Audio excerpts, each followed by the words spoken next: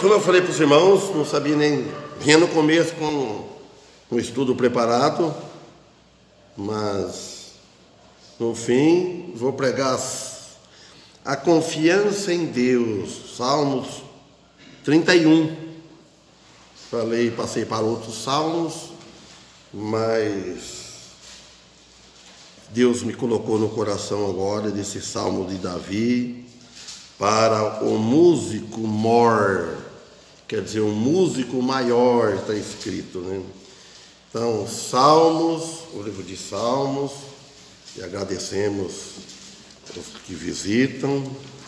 Então, Salmos 31 diz assim: em ti, Senhor, confio, nunca me deixes confundido, livra-me pela tua justiça. Então o salmista está falando que ele confia no Senhor. A página aqui é 640. Então é para confiar no Senhor. Nós, irmãos e amigos, a gente confia em tantas coisas neste mundo e às vezes acha difícil de confiar no Senhor. Confia no homem, confia em obras, confia no dinheiro, que se não tiver o dinheiro você não compra, confia na saúde, confia na força física, confia no carro, confia em tudo. Então a humanidade, ela vive em confiança, mas só que em Deus, no Senhor Jesus, confiança em Deus, poucos que têm. Poucos que interessam para confiar em Deus. Ele diz: nunca me deixa confundido. Quem confia em Deus, no Senhor, ele nunca vai deixar a pessoa confundida. Depois que eu passei a confiar no Senhor, nunca fiquei confundido. Tudo para mim está claro, porque eu tenho fé nele, uma fé genuína. E assim é os irmãos que têm essa confiança nele. Sabe que você vai morar no céu. Sabe que um dia nós vamos reinar com ele. Nós sabemos, como foi na oração do irmão Daniel, nós não vamos levar nada daqui. O que possuir neste mundo fica aqui. Tudo que nós fazemos, temos, é Deus que nos deu. Deus deu, Deus dá e Deus tira. Ele dá a vida, ele tira. Ele dá bens materiais também e tira. Ele dá a nossa saúde, ele tira. Só tem uma coisa que ele deu e ele prometeu e não tira. O que é? A salvação. A salvação, por que ele não tira? Porque a salvação ele deu através do Filho dele, da morte do Filho dele na cruz. Então ele tem a promessa: confia no sacrifício de Cristo e não confia no sacrifício humano. Não devemos confiar no nosso sacrifício, quer dizer, nas nossas obras.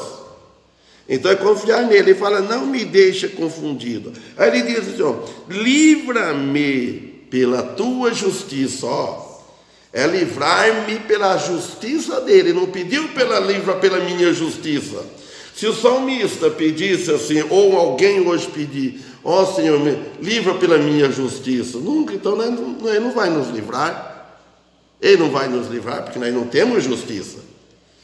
Me livra da condenação eterna, nem por fé pela minha justiça, pelas minhas obras. Boa noite. Então ele não vai o livrar, de forma nenhuma. Então, nós devemos pensar assim, como ele diz aqui, ó, Salmos 31. Livra-me pela tua justiça. É a justiça dele, a justiça de Cristo.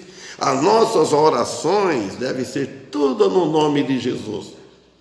Nós confessamos nossos pecados em nome de Jesus.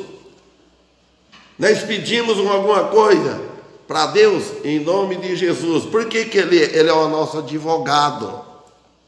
Ele é o nosso advogado que está entre o homem e Deus, e o juiz. Ele é o advogado que está defendendo a nossa causa, e o juiz. Deus é o juiz, um juiz justo, um juiz que não falha. Então aqui, um juiz que não erra, ele é eterno, sempre foi eterno. Quando ele diz eu sou, porque ele é eterno, não tem começo e não tem fim. Para Deus o mundo é tudo presente para ele. Deus não é que nem o homem, que nós precisamos passar hoje, amanhã, fazemos o aniversário, depois tem um outro aniversário, vai fazendo outro aniversário, e assim vai. E Deus não é assim. Nós vamos vivendo aos passos a passo. E Deus não vê nós assim, Ele vê todos nós. E já vê nós, antes da fundação do mundo, Ele já viu nós. Está tudo concluído. O plano de Deus, no começo ou final, ele é eterno. Deus, ele é presente. E para Deus não tem passado e nem futuro, não é que nem nós. Aí no versículo 2, ele diz assim, ó, inclina para mim os teus ouvidos, livra-me depressa, sê a minha firme rocha, uma casa fortíssima, que me salve. O salmista, que ele não está pedindo salvação da alma, porque ele era de Deus, mas ele está pedindo para salvar da situação. E assim é nós. Fala, inclina para mim os teus ouvidos, como força de expressão, que Deus não precisa falar assim. Deus, antes de nós pedirmos, Ele já sabe. Mas Deus, Ele quer que almeje que nós pedimos. Que nós falamos com amor, assim, com dedicação, com fé. Inclina para mim os teus ouvidos, livra-me depressa. Ele está com pressa. Sê a minha firme rocha, Ele é a rocha eterna. Rocha é rocha, a rocha não abala, a rocha ela não derrete. Uma casa fortíssima, forte, uma casa fortíssima, forte, que me salve, porque tu és a minha rocha e a minha fortaleza. Assim, por amor do teu nome, guia-me, encaminha-me. Então o salmista pedindo, porque tu és a minha rocha.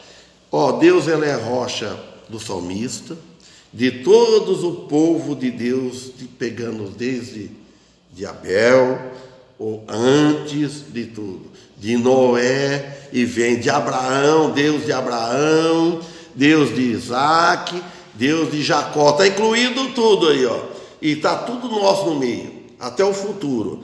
Então ele é a minha rocha, a minha fortaleza, forte, grande.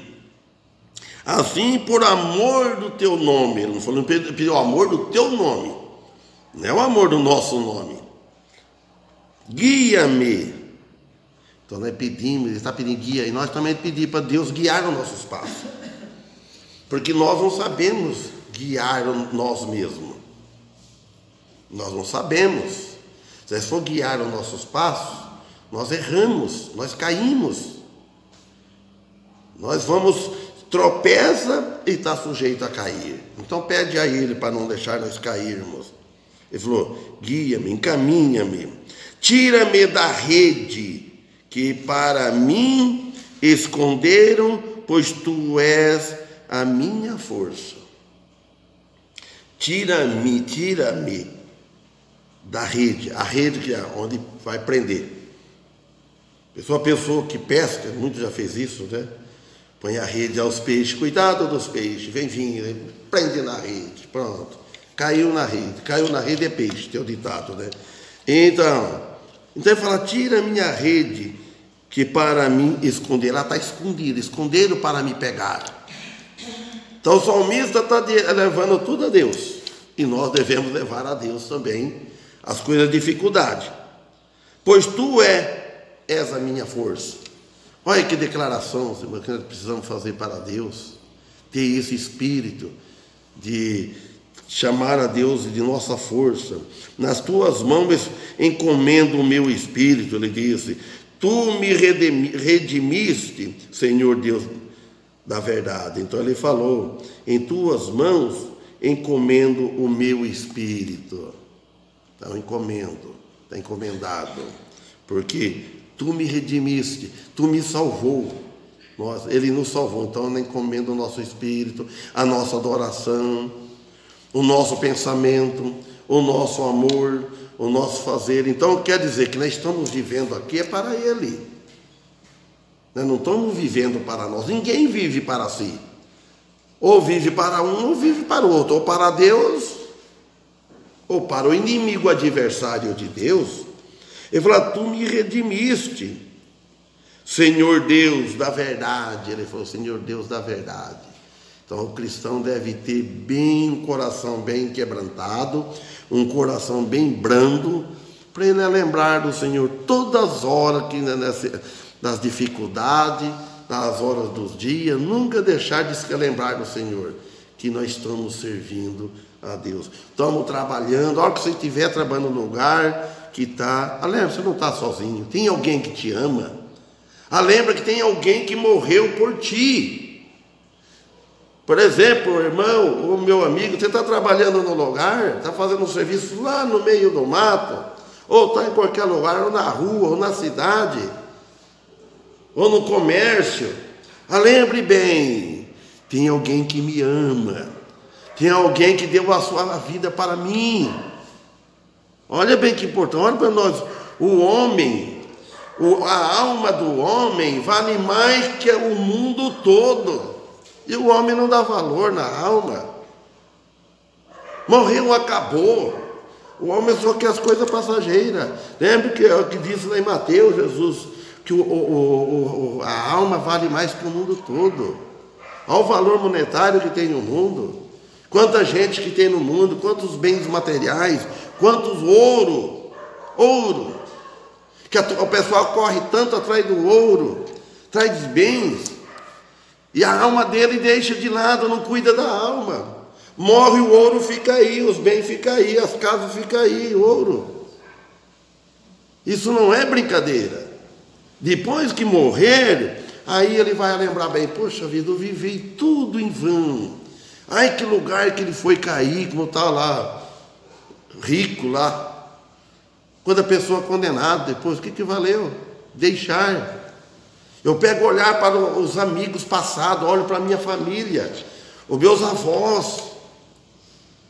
Penso, vejo quantas pessoas ricas perderam tudo, outro morreu, ficou ali. Você não fica, nem a pessoa nem lembra mais do nome.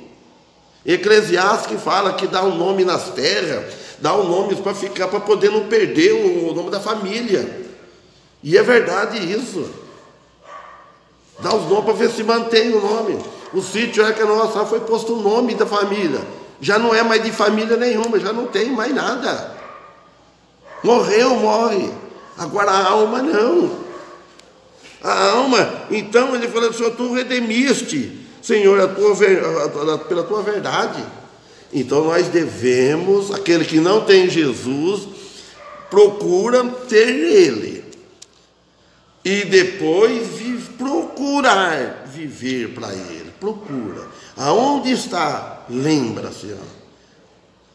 Lembrou, Deus amou o mundo de tal maneira, porque Ele lembrou em você, Ele lembrou em mim, antes de eu vir ao mundo. Deus já tinha preparou, Deus prepara tudo. Deus prepara até alguém para vir pregar para a pessoa. Ninguém vai cair, como o tio está lá, cair de paraquedas. Puxa, veio por acaso. Nada é por acaso que acontece nas nossas vidas. Você acha que foi por acaso? O irmão Damião, o irmão Daniel, o irmão José Quitério, os demais da família, é por acaso que veio lá do estado de Alagoas, vamos dizer, para cá, né? Para cá é sul, no norte, nordeste. Vieram para um lugar que é por acaso? Não é por acaso. Ninguém é por acaso. Deus já sabia. Então, olha bem, então lembra do Senhor. Nós não devemos esquecer do Senhor. Aí ele fala assim, ó: nas tuas mãos encomendo o meu espírito. Tu me redimiste, Senhor Deus da verdade. Olha, ele elogiou Deus.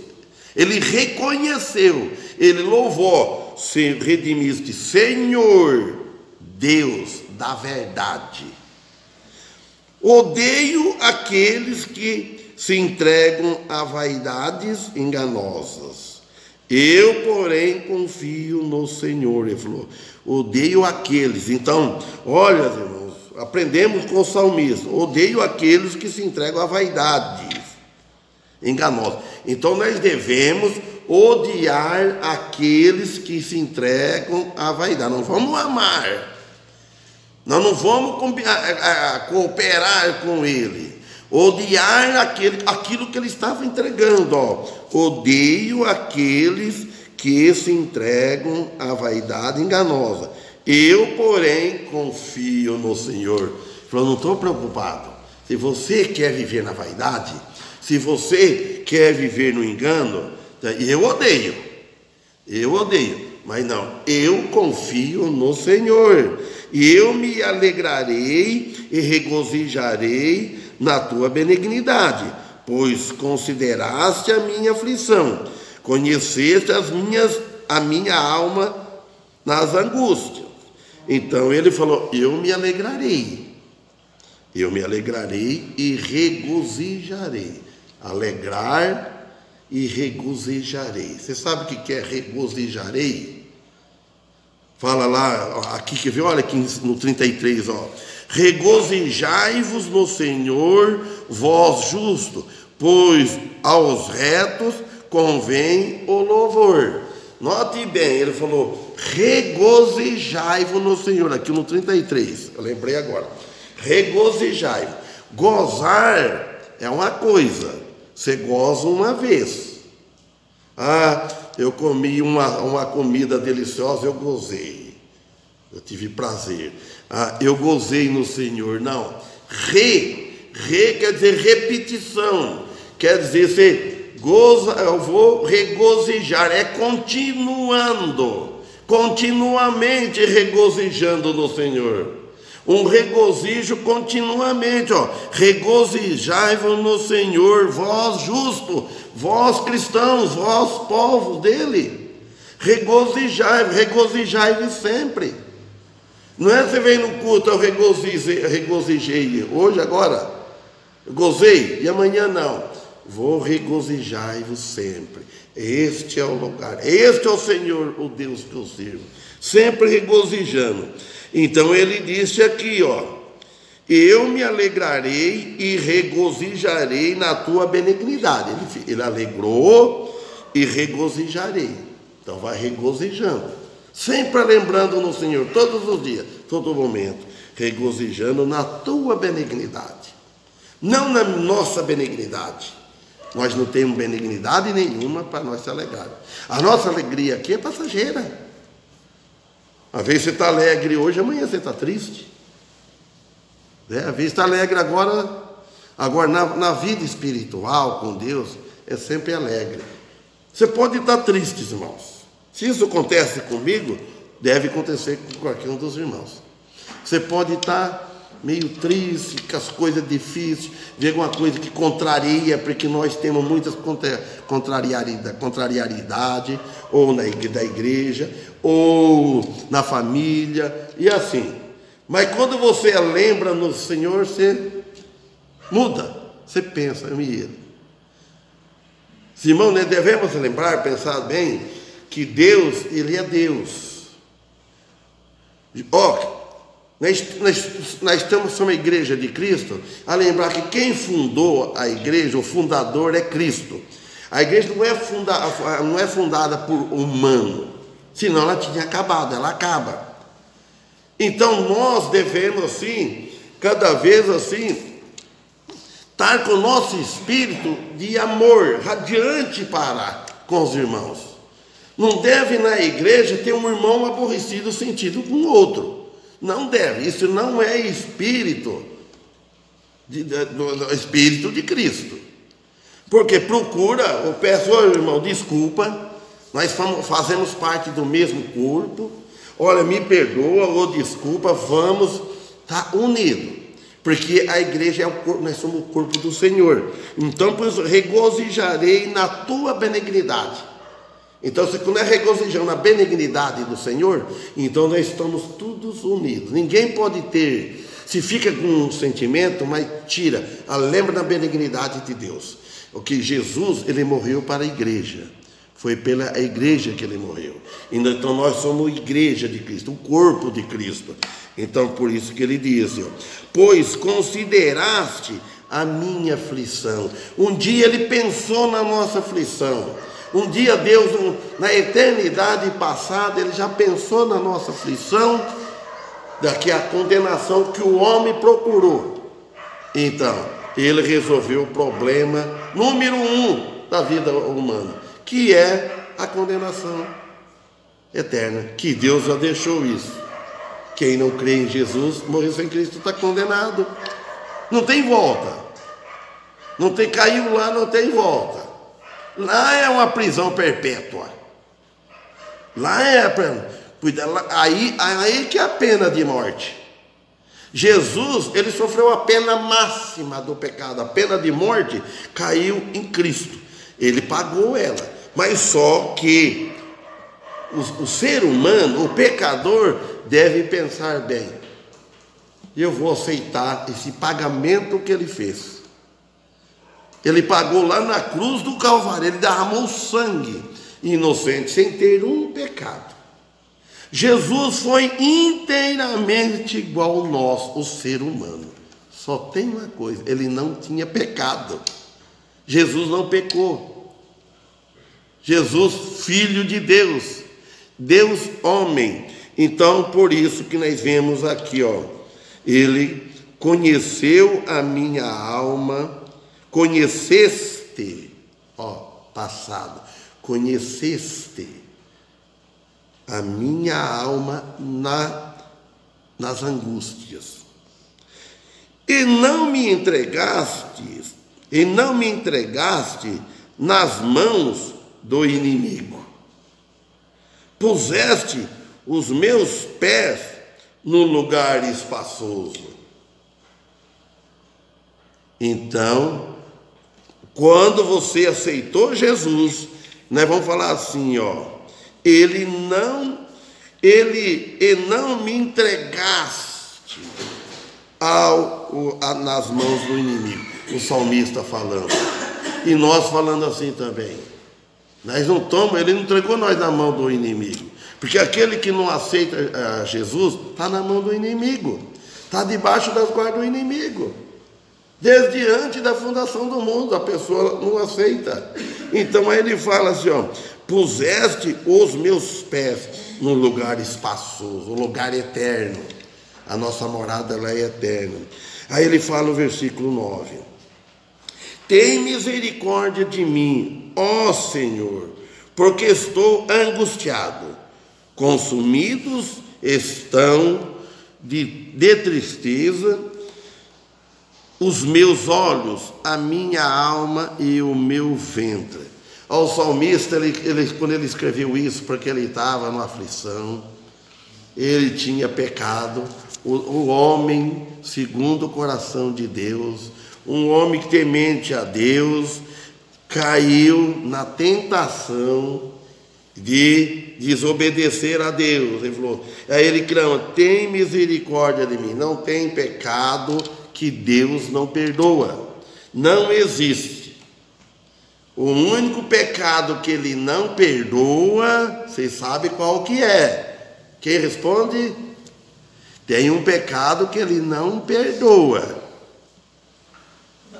Da rejeição. Pensar que vocês iam demorar para falar. O pecado da rejeição, ele não perdoa. A pessoa anda com esse pecado nas costas. E vai com ele para o inferno e não tem solução. Quando ele... Você ia falar mais palavra, eu cortei, mano, desculpa. Quando ele aceita Jesus, esse pecado é passado. Não existe, Deus põe de lado e não olha mais, não existe mais. Então quer dizer, tem misericórdia de mim, mas é a misericórdia de Deus, ela é a causa de nós não sermos consumidos, diz Jeremias. Senhor, ele fala, Senhor, porque estou angustiado, consumidos estão de tristeza os meus olhos, os olhos que afetam mais, né? Se derrama lágrimas, você chora, os meus olhos, a minha alma e o meu ventre. Então é lá dentro, porque a minha vida está gasta de tristeza e os meus anos de suspiros. A minha força descai por causa da minha iniquidade e os meus ossos se consomem. Nunca li esse salmo que eu estou lembrando, não sei como é que foi. Eu lembrei, já li a Bíblia toda, mas isso aqui faz tempo que não leio. Então, ele fala, porque a minha vida está gasta de tristeza. A tristeza gasta toda a vida. Não existe nada desse mundo que não fica aqui, não gasta. Tudo fica velho. A minha vida está gasta de tristeza. A tristeza, você vai envelhecendo, envelhecer mais ligeiro. E os meus anos de suspiros vai acabando, vai diminuindo, de suspiro, de fôlego. A minha força descai. A minha eu não tenho a força que eu tinha quando eu era a metade da minha idade, quando eu tinha 30 anos, 40 anos, até 50 anos. 7 anos que eu estou aqui, vai completar 7 anos em dezembro. 8 anos, 8 anos atrás eu já estava bem em vigor para trabalhar. Daí para trás era bem, e agora já não, vai caindo. A minha força descai, por causa da minha iniquidade, por causa do pecado. E os meus ossos se consomem. Fui opróbrio entre todos os meus inimigos, até entre os meus vizinhos, e horror para os meus conhecidos. Os que me viam na rua fugiam de mim. Olha como que ele lamentava, as irmãos. Estou esquecido no coração deles como um morto. Sou como um vaso quebrado. O que vale um vaso quebrado? Não vale nada. Não é que nem o oleiro, né? Tem que ser que nem o oleiro. O oleiro quebrou o vaso. Fala lá em Jeremias, capítulo 18. Fala que o oleiro fez? Ele foi querer remendar o vaso? Não. Ele foi fazer um vaso novo. Então Deus fez nós, temos que nascer de novo. O vaso quebrou lá no jardim do Éden. Aí Deus enviou Jesus. Então aí você nasce de novo. Não tem como consertar. Então agora depois, estou esquecido no coração deles. Então nós estamos esquecidos do coração de muito. Como um morto. Como que morreu há muito tempo. Sou como um vaso quebrado. Pois houve a murmuração de muitos. Temor havia ao redor, enquanto juntamente consultavam contra mim, intentavam tirar minha vida. Mas eu confiei em ti, Senhor, e disse, tu és o meu Deus. O salmista aqui, ele tem hora que ele fala, põe assim como Cristo não tinha vindo ao mundo, como Cristo falando. Pois houve a minha murmuração de muito temor, havia ao redor, enquanto juntamente consultavam contra mim, intentaram tirar minha vida, mas eu confiei em ti, Senhor, e disse, tu és meu Deus. Então nós devemos confiar em ti. Quando tudo vem mal para nós, quer nos prejudicar, quer nos tirar a vida, então olha, fala, confiar em ti, né? Devemos confiar no Senhor. E o homem confia tanto, a humanidade confia tanto nele próprio, confia no dinheiro, confia nos bens, confia nas obras, confia em tudo. Confia em tudo que tem debaixo, neste mundo, aqui debaixo dos céus. Mas não confia em Deus. Ele diz, tu és o meu Deus. Os meus tempos estão nas tuas mãos. Livra-me das mãos dos meus inimigos e dos que me perseguem. Então, os meus tempos, olha o que ele está falando, estão nas tuas mãos. Queira ou não queira, o nosso tempo está na mão do Senhor. Ele já está confiando, ele está ciente, o meu tempo está na tua mão. Então ele quer dizer assim, ó, o meu tempo está na tua mão, que eu vou deixar ser guiado pelo Senhor.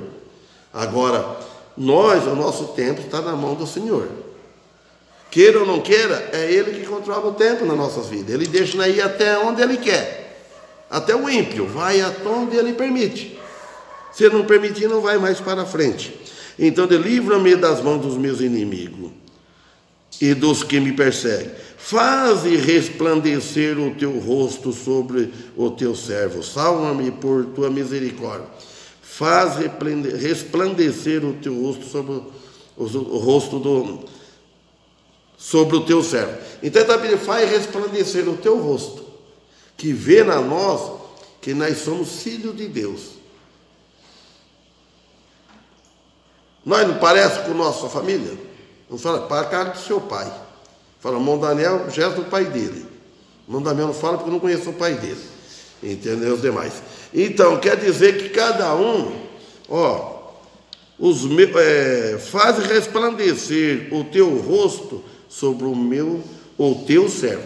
Então, faz resplandecer o teu rosto, que eu pareça com ele, que eu não fique parecendo o diabo, que eu não fique parecendo o inimigo, que eu mostro a luz de Cristo, que brilha o meu rosto, o rosto de um cristão, de um filho de Deus. Salva-me por tuas misericórdias. Não me deixes confundido, Senhor, porque te tenho invocado.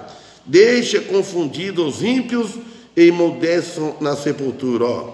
Emudeçam na sepultura. Não me deixe confundido, ele está falando. Então nós não devemos também deixar-se confundido. É Deus que nos prepara, que não deixa nós ser confundidos. Fala, Senhor, porque te tenho invocado. Ele falou que tinha invocado. Então nós também devemos estar com esse espírito. Invoquemos o invocado do Senhor. Convidamos, deixamos Ele nos entrar em nós. Deixa confundido eles, os ímpios. Quando a pessoa endurece muito o coração, aí que Deus faz aquilo que ele fez com o coração de Faraó. Ele faz que ele endurece mais ainda. Não é que Deus deseja isso. Você não quer aceitar mesmo? Não quer redimir? Não quer? Então ele faz. Que se endurece, ele vai ficar mais com raiva ainda. Que deixa confundido os ímpios e emudeçam na sepultura. Tem alguma outra versão que fala essa palavra aqui? Que emudeçam na sepultura, que fique velho na sepultura, que morra na sepultura. Quem tiver outra versão que explique isso aqui melhor, leia. Emudeçam os lábios dos mentirosos. Deixa mudo, deve ser. Fica calado, quieto. Está vendo? Só no outro versículo ele me esclareceu. Então, que ele deixa confundido os ímpios, que ele fica, calado na sepultura. Pode ver que está escrito alguma coisa assim. Emudeça os lábios mentirosos, quieto, caba, fica mudo, fica silencia os lábios mentirosos, que falam coisas más, com soberba e desprezo contra o justo. Que ele não tenha sucesso, que ele não vai avante de estar falando isso. Emudeça, fala que eles falam coisas com soberba, arrogância e desprezo contra o justo. Algum achou outra palavra aí? 18, na 21 diz: calem-se os lábios mentirosos, que falam com insolência contra o justo, com arrogância e desprezo. Amém. Eu tenho lá no século 21, eu gosto de estudar ela junto assim. Você vê que tem escrevo letrinha por cima para saber. Cale-se os lábios mentirosos. Cale. Só Deus. Vai até quando Ele permite. Ó, quão grande é a tua bondade, ele disse no versículo 19. Ó, quão grande é a tua bondade, que guardaste para os que te temem, o qual operaste para aqueles que em ti confiam na presença dos filhos dos homens. Olha bem para ver se vê como é. Primeiro, precisa que creia na Bíblia. Que se não crer na Bíblia, aí não resolve nada. Você vai ficar, viver, como tem aquela palavra, Deus hará. Você vive um mundão assim. Ele não crê. Olha bem. Ó, quão grande é a tua bondade, que guardaste para que te temem. A bondade dele ele guardou para aquele que teme a ele, a qual operaste para aquele que em ti confia. Olha bem, ele operou para aquele que confia nele, na presença dos filhos dos homens. Tu os esconderás no secreto da tua presença, dos desaforos dos homens, encobri-los-á em um pavilhão da contenda das línguas. Bendito seja o Senhor, pois fez maravilhosa a sua misericórdia para comigo em cidade segura. Então ele bendiz, bendito seja o Senhor. Então nós devemos sempre lembrar, bendito seja ele, não seja nós. Nós somos benditos nele, porque ele vai chamar nós de bendito no dia para receber os galardões e entrar no novo céu, na nova terra, para morar com ele. Lá em Mateus 25 fala, acho que é Mateus 25, 39, dali descendo. Olha lá, vinde bendito para o reino do meu Pai, que está preparado desde a fundação do mundo. E para o da esquerda, vinde bendito, vinde maldito para o fogo eterno, que está preparado para o diabo e seus anjos, e os que seguem ele, né?